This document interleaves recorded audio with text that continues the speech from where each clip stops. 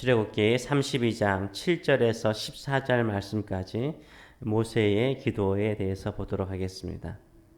여호와께서 모세에게 이르시되 너는 내려가라. 내가 애굽 땅에서 인도하여 낸 내 백성이 부패하였도다. 그들이 내가 그들에게 명령한 길을 속히 떠나 자기를 위하여 송아지를 부어 만들고 그것을 예배하며 그것에게 제물을 드리며 말하기를 이스라엘아 이는 너희를 애굽 땅에서 인도하여 낸 너희 신이라 하였도다. 여호와께서 또 모세에게 이르시되 내가 이 백성을 보니 목이 뻣뻣한 백성이로다. 그런즉 내가 하는 대로 두라. 내가 그들에게 진노하여 그들을 진멸하고 너를 큰 나라가 되게 하리라. 모세가 그의 하나님 여호와께 구하여 이르되 여호와여 어찌하여 그 큰 권능과 강한 손으로 애굽 땅에서 인도하여 내신 주의 백성에게 진노하시나이까? 어찌하여 애굽 사람들이 이르기를 여호와가 자기 백성을 산에서 죽이고 지면에서 진멸하려는 악한 의도로 인도에 내었다고 말하게 하시려 하나이까? 주의 맹렬한 노를 그치시고 뜻을 돌이키사 주의 백성에게 이 화를 내리지 마옵소서. 주의 종 아브라함과 이삭과 이스라엘을 기억하소서. 주께서 그들을 위하여 주를 가리켜 맹세하여 이르시기를 내가 너희의 자손을 하늘의 별처럼 많게 하고 내가 허락한 이 온 땅을 너희 자손에게 주어 영원한 기업이 되게 하리라 하셨나이다. 여호와께서 뜻을 돌이키사 말씀하신 화를 그 백성에게 내리지 아니하시니라. 아멘. 오늘 이 말씀을 가지고 사죄하는 기도는 이렇게 하라, 사죄하는 기도는 이렇게 하라 라는 제목으로 같이 은혜를 나누기로 합니다. 하나님께서 시내산 밑에서 이스라엘 백성들이 금송아지를 만들고 그 앞에서 제사를 드리면서 음란하게 섬기고 이 금송아지가 우리를 애굽에서 인도해낸 신이라라고 축제와 같은 날들을 보내는 모습을 보셨습니다. 그리고 심히 분노하셨습니다. 하나님께서 사용하신 표현들을 보게 되면 이미 이스라엘 민족은 다 망했어요. 이미 다 진멸한 상태와 같이 하나님께서 진노하십니다. 이렇게까지 심하게 진노하신 적은 거의 없죠. 아마 이렇게까지 분노하신 것은 창세기 6장에 나와 있는 노아 홍수 이전의 사람들, 그들을 향한 분노와 거의 비슷합니다. 창세기 6장에 보게 되면 하나님께서 하나님의 영이 사람들과 함께 할 수 없을 정도로 그들은 마음속부터 이미 본래 악한 자들이다라고 하나님께서 분노하시죠. 심지어 내가 그들을 지었음을 한탄하신다. 이런 말까지 하세요. 한탄하신다라고 표현하시죠. 결국 하나님께서 홍수로 이 땅에 있는 노아의 가족 외에는 모두 다 홍수로 멸하시죠. 이 홍수 심판을 받았던 사람들에 대한 하나님의 분노가요, 오늘 본문에 나와 있는 분노와 거의 비슷합니다. 하나님께서 이스라엘 백성들을 다 진멸시키겠다. 그리고 홍수 때도 노아와 그의 가족들만 구원하지 않았습니까? 다 진멸하고 이젠 모세 너를 통해서 다시 한번 새로운 민족을 만들겠다라고 말씀하시고 분노하십니다. 하나님의 분노를 보게 되면 7절을 보게 되면 네가 이스라엘 땅에서 인도해낸 네 백성이 부패하였다라고 말하죠. 부패하였다라고 말하고 8절을 보게 되면 그들이 내가 그들에게 명령한 길을 속히 떠났다는 거예요. 하나님의 10계명의 중요한 계명이 하나가 하나님을 형상화하지 말라고 그랬는데, 무상을 만들지 말라고 그랬는데 어떠한 형상도 만들지 말라라고 며칠 전에 들었는데 그들이 그것을 금방 잊어버리고 속히 떠났다. 송아지를 만들어서 우상을 만들어서 나의 신이라고 말한다라고 말하며 분노하십니다. 또 9절을 보게 되면 내가 이 백성을 보니 목이 뻣뻣한 백성이다. 정말 고집불통이다. 내 고칠 수 없을 정도로 고집불통이다. 이렇게 또 말씀하시고 10절은 내가 그들을 진멸하겠다. 내가 그들을 다 없애버리겠다라고 말씀하십니다. 이렇게 분노하시는 하나님 앞에서 모세는 어떻게 행동합니까? 하나님께 기도하죠. 하나님께 기도해요. 하나님이 화를 내실 때는 우리 기도해야 되는 거예요. 또 우리 주변의 모든 사람들이 범죄할 때도 우리는 어떻게 해야 돼요? 하나님처럼 막 분노하면 안 돼요. 우리 그때도 기도해야 되는 거예요. 이 땅이 코로나 바이러스로 막 창궐하고 사람들이 죽어가고 하나님을 원망하거나 또 막 저주하는 인생을 살아갈 때 우리는 어떻게 해야 돼요? 기도해야 되는 거예요. 하나님의 백성이, 살아있는 하나님의 백성이, 진짜 믿음 있는 백성은요, 기도하는 사람인 줄 믿습니다. 근데 누구 편에서 기도해야 돼요? 하나님 편에서, 하나님 입장에서 기도하는 거예요.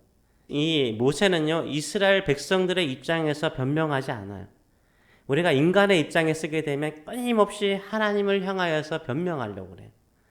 얘들이 전 뭔가 몰라서 그렇습니다. 이제 말씀을 듣고 뭔가를 알겠습니까? 이렇게 이스라엘 백성들의 입장에서 변명하지 않아요. 진짜 금송아지를 만들었겠습니까? 그렇게 어리석은 사람들 아닙니다. 밑에 내가 아론과 훌에게 부탁을 해놨으니까 그들 그렇게 하지 않을 것입니다. 또 이렇게 변명하지 않아요. 아무리 화가 나신다고 어떻게 다 진멸하신다고 말씀하십니까? 이렇게도 변명하지 않아요. 이스라엘 백성들을 이해하고 변명하고 옹호하지 않아요. 오히려 하나님의 입장에서요, 하나님의 영광을 위해서 용서해 달라라고 기도해요. 하나님의 영광, 하나님의 이름, 하나님의 능력을 생각하라고 말하지 이스라엘 백성들을 위해서 변명하지 않아요. 내 자신이 하나님의 큰 분노를 일으킬 만한 어떤 범죄를 지었다면 우리는 모세처럼 기도해야 돼요. 혹시나 내 사랑하는 자녀라든가 내 주변의 사람들이 범죄하여서 하나님의 진노를 일으킬 만한 어떤 큰 죄악을 지었습니까? 그때 우리는 어떻게 기도해야 될까요? 모세처럼 기도해야 돼요. 하나님의 마음을 움직일 수 있는, 뜻을 돌이킬 수 있는 기도는 오늘 본문에 나와 있는 모세의 기도인 거예요. 모세는 어떻게 하나님의 입장에서 기도합니까? 세 가지가 나와 있습니다. 첫째는 이스라엘 백성은 내 백성이 아니라 하나님의 백성입니다 라고 말해요.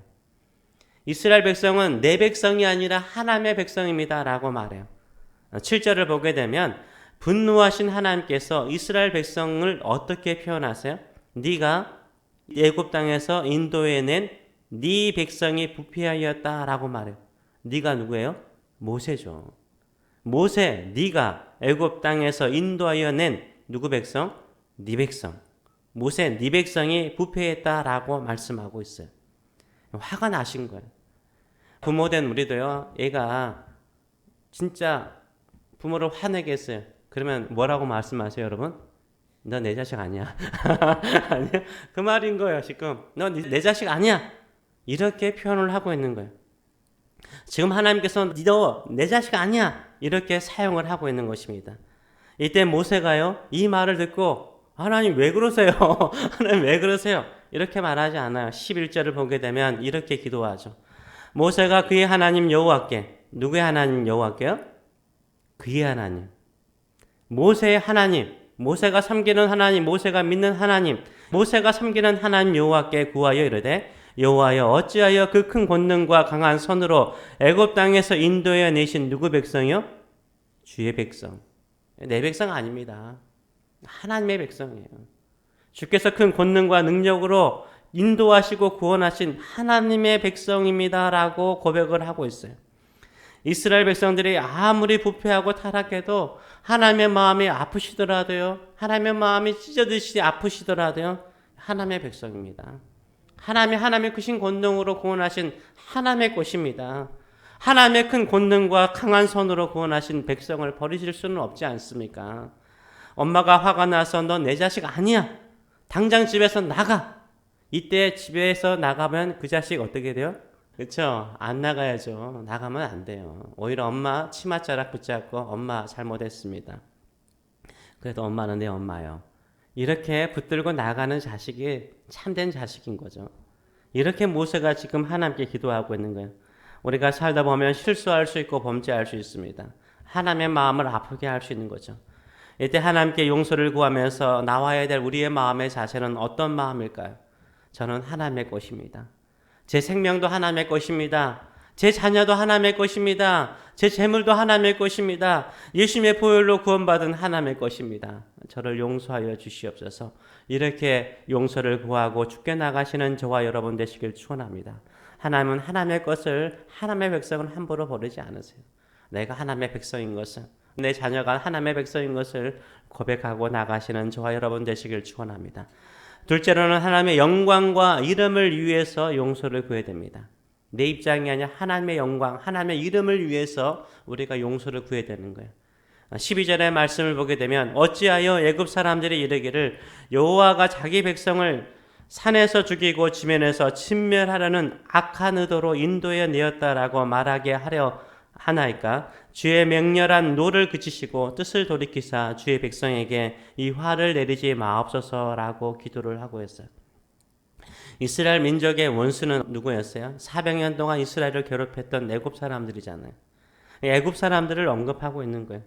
애굽 사람들은 무엇을 보았습니까? 하나님의 크신 권능을 보았어요.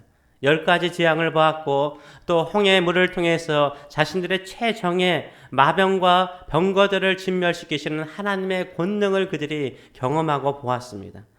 또한 이스라엘 백성들을 그 권능과 능력으로 구원하신 것을 보았어요. 애굽에서 전능한 능력으로 구원하신 하나님께서 이 광야에서 이스라엘 백성들을 진멸시키시면 그거 하나님의 영광이 아닙니다. 오히려 이스라엘 백성의 원수들에게, 하나님의 원수들에게 조롱거리가 될 수 있습니다. 하나님의 영광을 위해서, 하나님의 이름을 위해서 그들을 용서해 달라라고 간구하고 있습니다. 우리가 어떻게 용서를 받을 수 있습니까? 우리의 이름으로 용서를 받을 수 없습니다. 우리는 누구의 이름으로 용서를 받습니까? 하나님의 이름, 예수님의 이름으로 용서를 받는 줄 믿습니다. 우리의 허물이 있고 죄가 있을지라도 주의 영광을 드러내시고 주의 이름으로, 예수 그리스도의 이름으로 우리를 용서하여 주시옵소서. 이렇게 간구하시는 저와 여러분 되시길 축원합니다.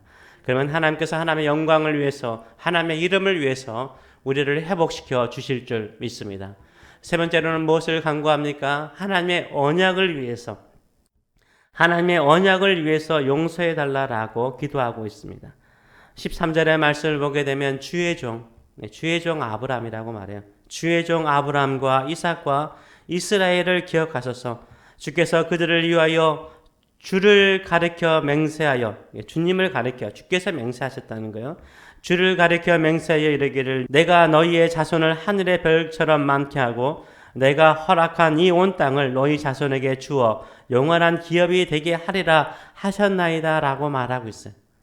아브라함과 이삭과 야곱에게 약속하신 그 약속을 기억하시라는 거예요.